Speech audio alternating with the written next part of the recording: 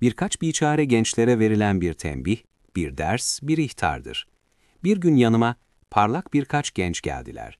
Hayat ve gençlik ve hevesat cihetinden gelen tehlikelerden sakınmak için tesirli bir ihtar almak isteyen bu gençlere, ben de eskiden Risale-i Nur'dan medet isteyen gençlere dediğim gibi, dedim ki, sizdeki gençlik katiyen gidecek. Eğer siz daire-i meşruada kalmazsanız, o gençlik zayi olup başınıza hem dünyada, hem kabirde, hem ahirette kendi lezzetinden çok ziyade belalar ve elemler getirecek. Eğer terbiye-i İslamiye ile o gençlik nimetine karşı bir şükür olarak iffet ve namusluluk ve taatte sarf etseniz, o gençlik manen baki kalacak ve ebedi bir gençlik kazanmasına sebep olacak. Hayat ise eğer iman olmazsa veyahut isyan ile o iman tesir etmezse, hayat, zahiri ve kısacık bir zevk ve lezzetle beraber, binler derece o zevk ve lezzetten ziyade elemler, hüzünler, kederler verir. Çünkü insanda akıl ve fikir olduğu için, hayvanın aksine olarak hazır zamanla beraber, geçmiş ve gelecek zamanlarla da fıtreten alakadardır. O zamanlardan dahi hem elem hem lezzet alabilir. Hayvan ise fikri olmadığı için hazır lezzetini geçmişten gelen hüzünler ve gelecekten gelen endişeler o cüz'i lezzeti cidden acılaştırıyor, bozuyor. Hususan gayrimeşru ise bütün zehirli bir bal hükmündedir. Demek hayvandan 100 derece lezzeti halat noktasında aşağı düşer.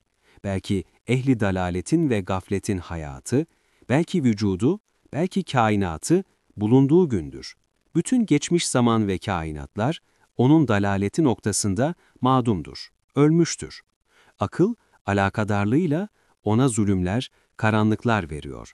Gelecek zamanlar ise itikatsızlığı cihetiyle yine mağdumdur. Ve ademle hasıl olan ebedi firaklar, mütemadiyen onun fikir yoluyla hayatına zulümler veriyorlar. Eğer iman hayata hayat olsa, o vakit hem geçmiş hem gelecek zamanlar imanın nuruyla ışıklanır ve vücut bulur. Zamanı hazır gibi ruh ve kalbine iman noktasında ulvi ve manevi ezvakı ve envar-ı vücudiyeyi veriyor.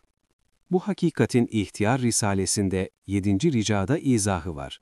Ona bakmalısınız. İşte hayat böyledir.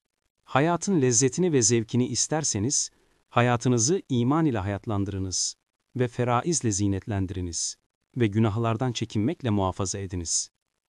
Her gün ve her yerde ve her vakit ve fiyatların gösterdikleri dehşetli hakikati meft ise, size, başka gençlere söylediğim gibi bir temsil ile beyan ediyorum. Mesela burada, gözünüz önünde bir dar ağacı dikilmiş. Onun yanında bir piyango. Fakat pek büyük bir ikramiye biletleri veren dairesi var. Biz buradaki 10 kişi, ala külli hal, ister istemez, hiç başka çare yok oraya davet edileceğiz.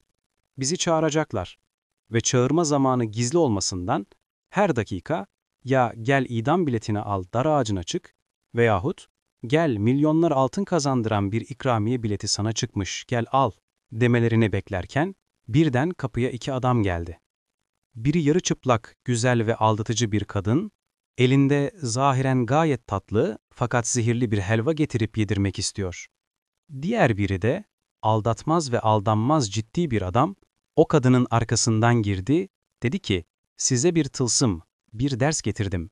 Bunu okusanız, o helvayı yemeseniz, o dar ağacından kurtulursunuz. Bu tılsım ile o emsalsiz ikramiye biletinizi alırsınız. İşte bu dar ağacında, zaten gözünüzle görüyorsunuz ki bal yiyenler oraya giriyorlar. Ve oraya girinceye kadar o helvanın zehirinden dehşetli karın sancısı çekiyorlar.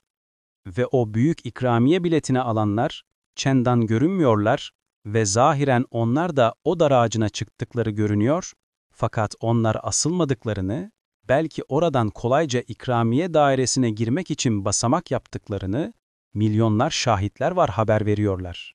İşte pencerelerden bakınız. En büyük memurlar ve bu işle alakadar büyük zatlar, yüksek sesle ilan ediyorlar ve haber veriyorlar ki, o dar ağacına gidenleri aynel yakin gözünüz ile gördüğünüz gibi, bu ikramiye biletini tılsımcılar aldıklarını, hiç şek ve şüphesiz gündüz gibi kat'i biliniz, dedi.